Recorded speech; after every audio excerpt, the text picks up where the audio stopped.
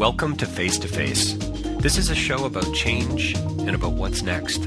It's a show that wants to ask questions, peel back the layers of our average everyday experience, and go beyond scratching the surface. We interview amazing people with incredible ideas and stories who have done wild, weird, and wonderful things. Remember that imagination shared creates collaboration, and collaboration creates community, and community inspires social change. I'm David Peck, and this is Face to Face.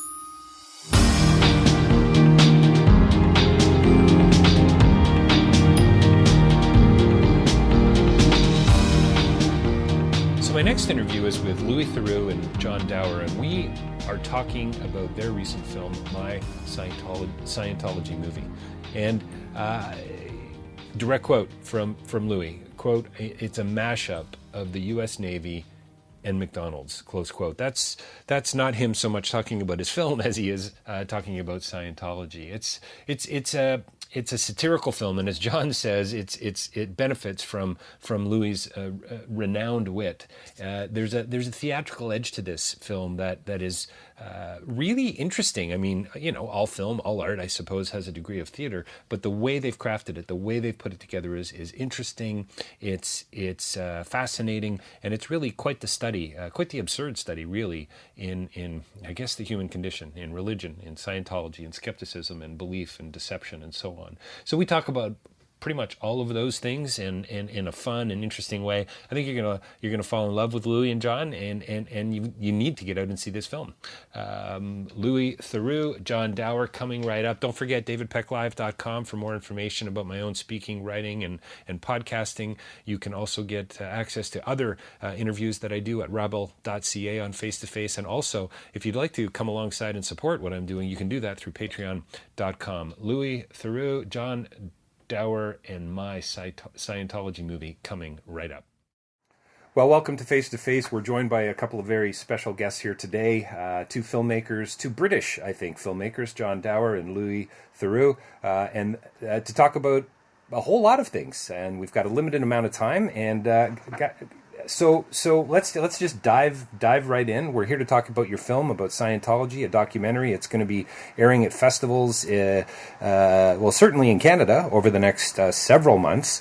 Maybe we can talk a little bit more about that as well. But I read somewhere online, Louis, it was referred to as a Pythonesque delight.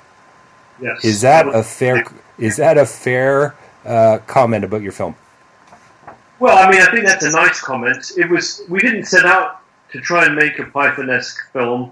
The reference, I think, is Monty Python. Yes. But it does seem to have been, it gets a very funny reaction. People laugh a lot. And I'd like to take credit for that. I think probably most of the credit goes to the Church of Scientology, right, which, whatever else may be said about it, is probably one of the weirdest and one of the funniest religions. You know, I think a religion created by a science fiction writer in the mid-50s and kind of modeled on a mashup between the US Navy and McDonald's with sci-fi UFO components just does have a sort of funny quality to it. Okay, come on. A mashup between the US Navy and McDonald's may be the funniest thing I've ever heard of before. It's hysterical.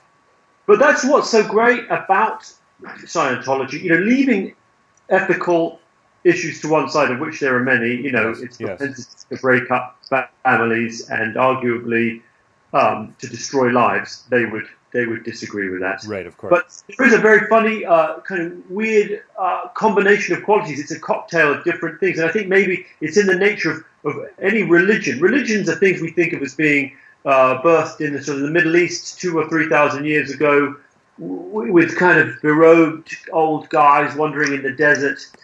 Scientology was founded by this colourful writer with kind of aspirations to be a sort of Sigmund Freud for his generation and create a scientific instrument-based faith system. And just those things don't really go together. Are you and John skeptics? John? Skeptics of Scientology or skeptic Just sort of, I guess, skeptics in more a generic term. I mean, I after watching your film, and I've seen a few things on Scientology over the years, and even as a kid, I remember I have a friend who's a publicist who's fascinated by what they do and what they've been up to over the years. And I remember as a kid walking along, Yonge Street in Toronto and seeing the Church of Dianetics and how you could go into this space and you could have the testing, and what I've learned now, of course, is auditing, et cetera, et cetera. But even as a kid, I remember there being a creepy aspect to it. I mean, maybe that's my experience. But anyway, as a kid, I was skeptical. We definitely tried to approach it, particularly Louis, with an open mind. And we certainly didn't, as Louis said, set out to make a sort of satirical film. Right. And I mean, I was keen, given the subject matter, for Louis to approach it with some of his renowned wit and humour, which actually comes from, I'd argue, his slightly earlier work, especially his Weird Weekends. His more recent stuff here in the UK has been, serious stuff, alcoholism, autism. And, even on this, Louis approached it, he would worry, we're casting the head of the Church of Scientology. Is that blasphemous? Are we doing something, we never, there's an English expression, taking the piss. We never wanted to set out and take the piss. And you ask if I'm a skeptic, I am. I basically believe we're a kind of cosmic accident, and in many days I peer into the sort of pit of my own abyss. I don't have religious belief, but I understand that need for belief, and I think we saw that in some of the sessions we did. The aim, especially for Louis, was to try and understand what is seductive about Scientology. Forget, the disconnected aftermath. We know about that. Yes, it's awful, but what's the seduction of it? People join it. Why do they join it? And we wanted to, that was the reason why we did those training routines with Marty. And I think, as someone who works in my field, with actors a lot of time, you can understand bear baiting is a good life skill in many ways if you're a very nervous, not very confident person, and to get that dedicated glaze is a useful thing. So I think we didn't set out to let's take the piss out of them because they shout at ashtrays. We wanted to, especially Louis, because that's his modus operandi, is to understand how do good people fall into this slightly strange organisation. So it sounds to me, I don't quite get the expression, and I hold a UK passport, so take it from there, but you know what us colonials are like. So, but Louis, underneath all your satire, your humour, your discontent, let's say, was there a degree of respect, would you say, for the folks that you were exploring? I think in general, especially if you're doing a documentary with people, you have an obligation to take them seriously, to treat them respectfully. I mean, I tend to think all people deserve a degree of respect, and I think in the sphere of religion specifically, you actually have to ramp that up a tiny bit. The present day reality is that across the board we have religions that make claims to special treatment, right? And that isn't by accident. I think anyone who says, for example, you're told that, the Prophet Muhammad must not be depicted in cartoons. Now, on one level, you could say, well, that's silly. Like, we would depict anything. It's freedom of speech to depict anything. On another level, you've got to say, well, actually, this genuinely seems to cause ructions, riots, and unrest to the point where tens, if not hundreds of people are dying as a result of a cartoonist's choice. Now, I think to an extent, we have to extend the same sort of inquiry to the realm of Scientology, where people are saying, well, if you reveal the innermost secrets of Scientology in your documentary, that is blasphemy, and you are offending my most deeply held religious sensitivities. You have to start thinking about that. And I think it kind of, I think, mentioned, David, you're a philosopher, and it relates, maybe it's more theological, but there are these questions to do with rights and responsibilities that are raised here. And I did go into this thinking, let's imagine it wasn't Scientology. In some ways, Scientology blocks thought because it's viewed as so ludicrous by many people. Right. It's been so sort of thoroughly had the Mickey taken out of it. It's been so mocked and lampooned that there's a temptation to see it as intrinsically laughable. And I did try to stop myself and to stop us as a production from taking cheap shots. Would you say, I mean, I've read somewhere, and I'd love to hear your thoughts on it, but I've interviewed Joshua Oppenheimer about his film Act of Killing, and you said stylistically that was a bit of an influence, maybe that was a review I read, but would you say that inserting yourself in the film, was there a humility to that, Louis, in the sense that, wow, that Christian line, there but for the grace of God go I, that, hey, we're all kind of, John described you as open. We're all sort of susceptible in a way? I think we're all certainly, flawed human beings, and it's a universal trait of human nature to sort of find it easier to see the flaws in other people. Yeah, right. See our own, right? I think also in the nature of the work I've done through the decades, it's always been about attempting to find people who are in some way marginalized or viewed as questionable, controversial, or even hateful, and by forming a human relationship with them, that you start to see them as something more than caricatures, and then that forces you into this sort of area of almost cognitive dissonance, or sort of dissonance between your emotional and your sort of intellectual faculties. You think, well, hang on, this guy professes to be a neo-Nazi, and yet I'm seeing human qualities in him. I'm starting to like him a little bit. And then you have this rather difficult thing to face about what your human responsibility is to someone, and also how people who appear to be likable and good can get so off track, as I would see it. Right. And I think we tried to apply that here, didn't we, John? Because there's a temptation, especially because we didn't have conventional access right. to Scientology. So there was this effort we were trying to make to not be another documentary that basically just kind of told you for an hour and a half how silly or dangerous or predatory Scientology is. Definitely. I loved the moment when you guys were casting, I think it was McCavige's character, and the young actor got really pissed off and really acting, and I think you said, hey, are you in character, or is that just that just that was in the Tom Cruise casting. Oh, okay, yeah, and then somebody said, I'm tapping into my righteous anger. Oh, yeah, that was the Miscavige one. Yeah. He was very good, and he wasn't. Yeah, he was just impersonating an angry person in a way that was more or less indistinguishable from real anger. Right. Turns out to be a kind of revealing statement about Scientology itself. A lot of it is to do with modeling or enacting certain emotional states and thereby becoming them. And again, the device of the actors, I mean, on Louis' part was partly inspired by the act of killing, although it's something that's been done in documentaries for decades. Right. But for us, it was almost a practical, logistical thing. First of all, it felt motivated.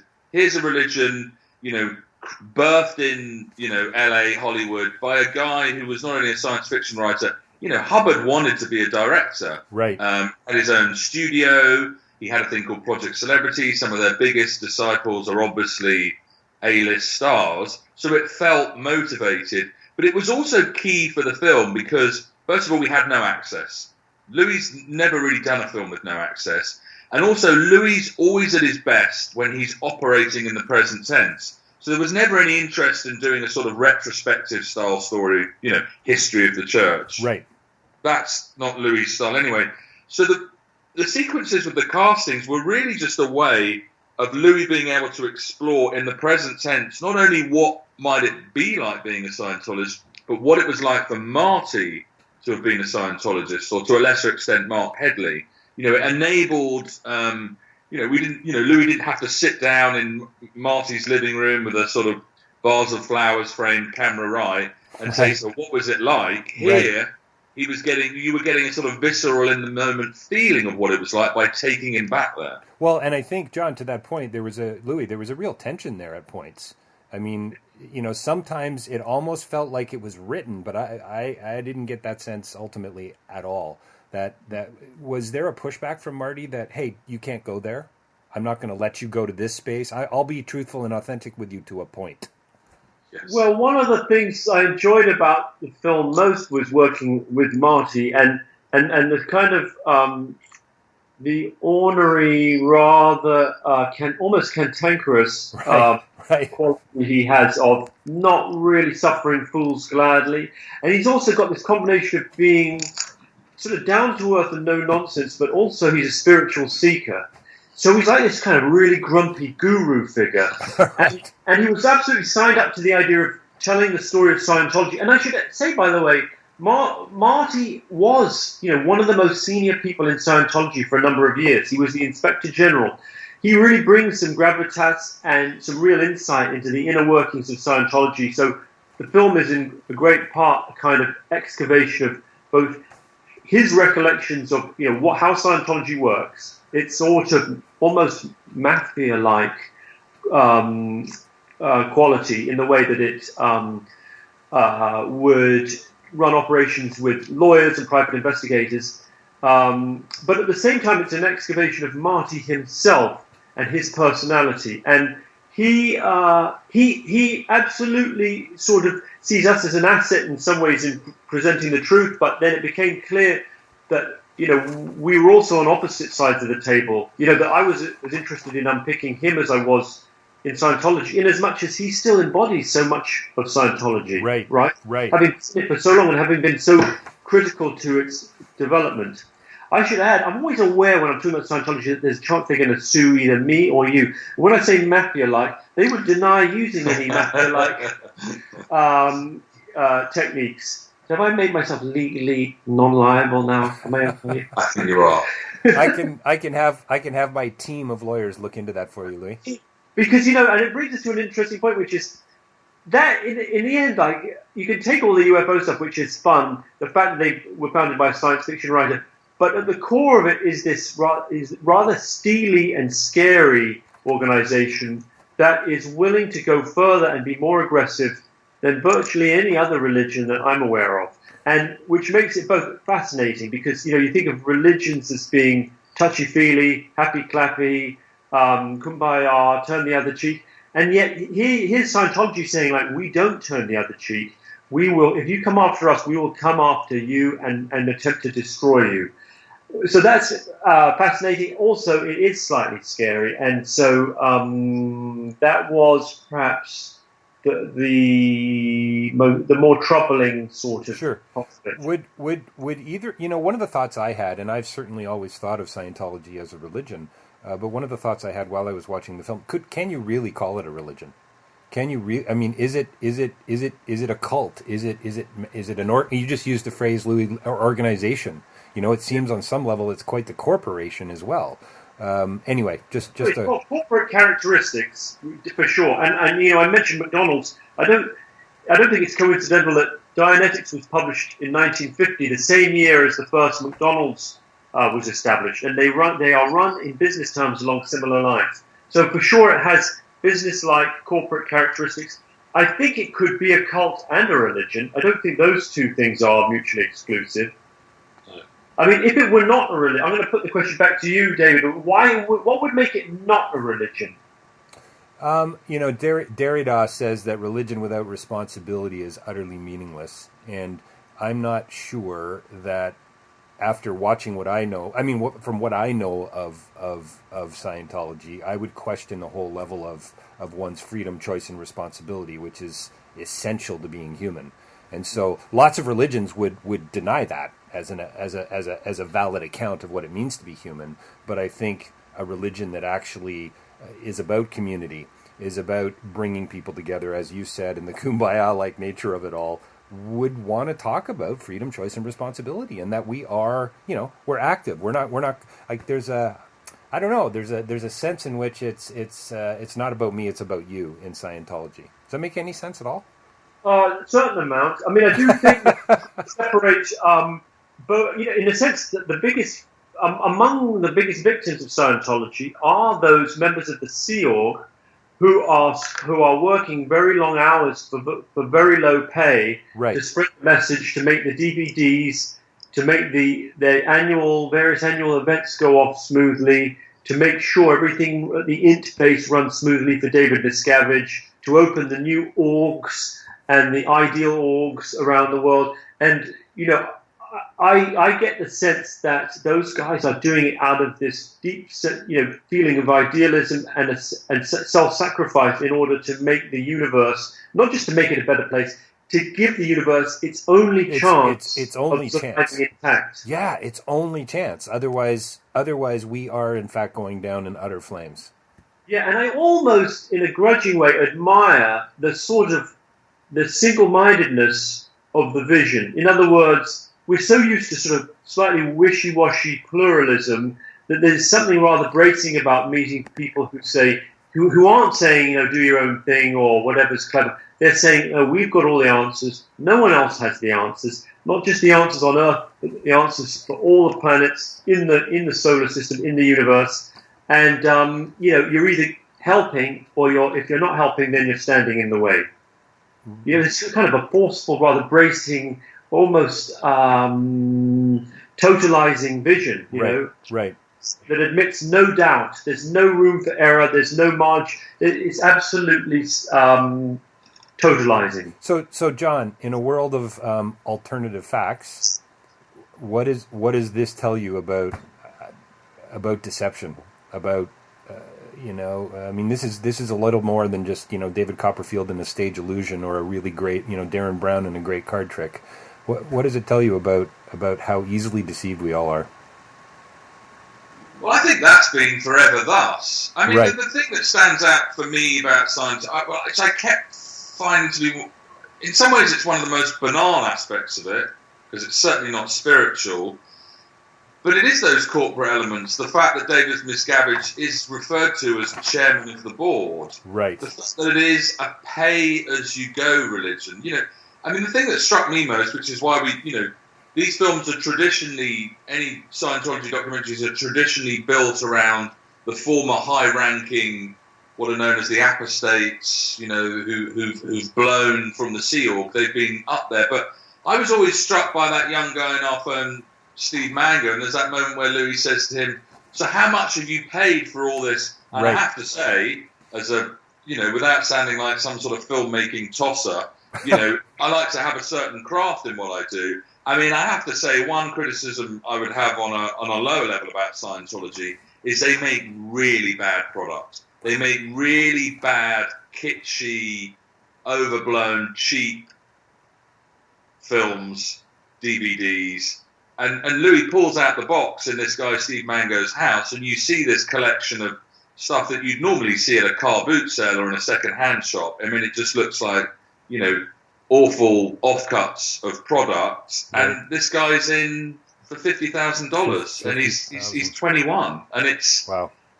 That I feel is part of the card trick. How they're able to convince people to part with so much money so quickly to keep going, and they keep, in some ways it's a perfect, modern day product. You've got a bit of science, you've got a bit of religion, and it makes cash. Right. It's the perfect American product in many ways. So you can see the seduction, but it's kind of, I find it a very hateful element of it. Right. The just the amount of debt you can get in so quickly. But I also think it's an interesting question to wonder whether Scientology would exist without the level of aggressiveness that it has. And, there's many, many little cults or little UFO groups that come and go and are never heard of again. Right. And I think, I think it's an interesting question whether, without the militaristic and rather authoritarian techniques that are used by used by Hubbard and have continued to be used by David Miscavige, whether it would just be gone by now. And more generally that, you quoted Derrida, but I think it was Nietzsche who said that a good war can make any cause sacred, right?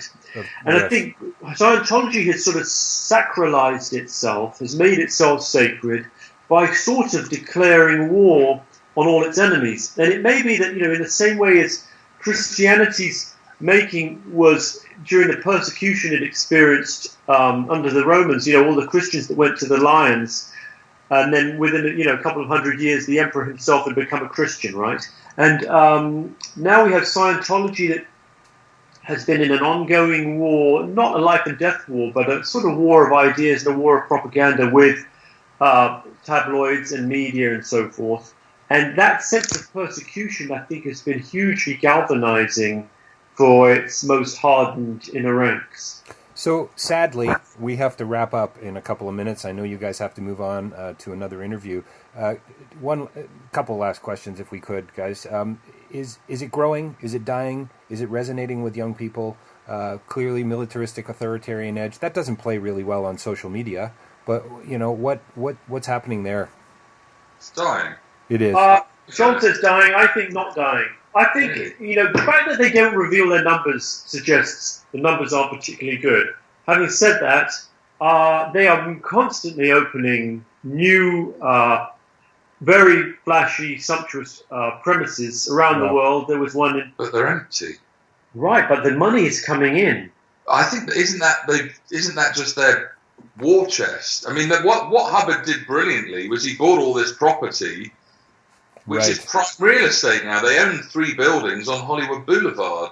Right, but they've still got a clientele that includes, one of the richest actors in Hollywood, Tom Cruise. You've got people like, Nancy Cartwright, who plays Bart Simpson on The Simpsons. You've got a guy called Bob Duggan, who's basically is a medical multi-millionaire who donates millions. They do have those whales, year. don't they? So they have people who are willing to open their pocketbooks. It shows, although if you read the critics, they'll convince you that numerically the numbers are down. And numerically it's true that Scientology has not got that many true believers, but financially they seem to be in rude health. John, didn't McDonald's make a ton of money also buying a whole lot of property? I seem to remember that from something I read a few years ago. Not worth pursuing right now, but it's just an interesting observation. Louis, I think that this was a holy grail project for you. Yes. Why is that? And John, I hope we can do a part 2, guys. I feel like we're just barely scratching the surface. But anyway, holy grail project. How come? I think because it combines so many things that I've been interested in over the years, which is, sort of religious fundamentalism, American culture, celebrity, Hollywood. But at the heart, it's a story about, what people do, and the irrational and apparently self-sabotaging things that people do to themselves and others in the name of faith. And because they're so secretive, and because they turned me down for so many years, it became a sort of dream project for me. And it's been just to finally kind of get it off the books in a sense. Actually, okay, we've sort of done it, and I feel like very, very satisfied. It's not a good idea to turn down Louis Theroux. And one last question: have you guys had to change your locks on your doors? They did some shenanigans while we have reason to believe while we were filming. In fact, that features in the film. It does, yeah. We were tailed by PIs that we assume were sent by Scientologists. They came after our contributors. I have not actually changed my locks. John says, and they came on set while we were not there, apparently. So yeah, they stole on that very final, the whole reenactment. They turned up after everyone had left, apart from our sort of PAs and stuff who were tidying up the studio, and they just those guys that turned up and harassed Marty. In the after the whole sequence, the very last scene, the guy that looks a bit like Chris Christopherson, right, and his pal, they came back, wandered into the studio, picked up the script, took the script with them. So they're not, and you saw them squirrel busting Marty on the other side of security at LAX. So they're not afraid of coming forward. But joking apart, it's people like Marty that bore the brunt of the busting and the harassment. It was pretty small beer for us, particularly me. I mean, for me, that was the beauty of doing a documentary with someone else in front of the camera. They were always going to go after Louis rather than me. So that's the benefit. So your true colors are shining, John. That's a great way to end the interview. Guys, thanks so much for a fascinating film, a worthy project. It's playing at film festivals in Canada. We're going to get that up online for people to find out more about it. You want to tell us a little bit about your next project, Louis, or do we even have time?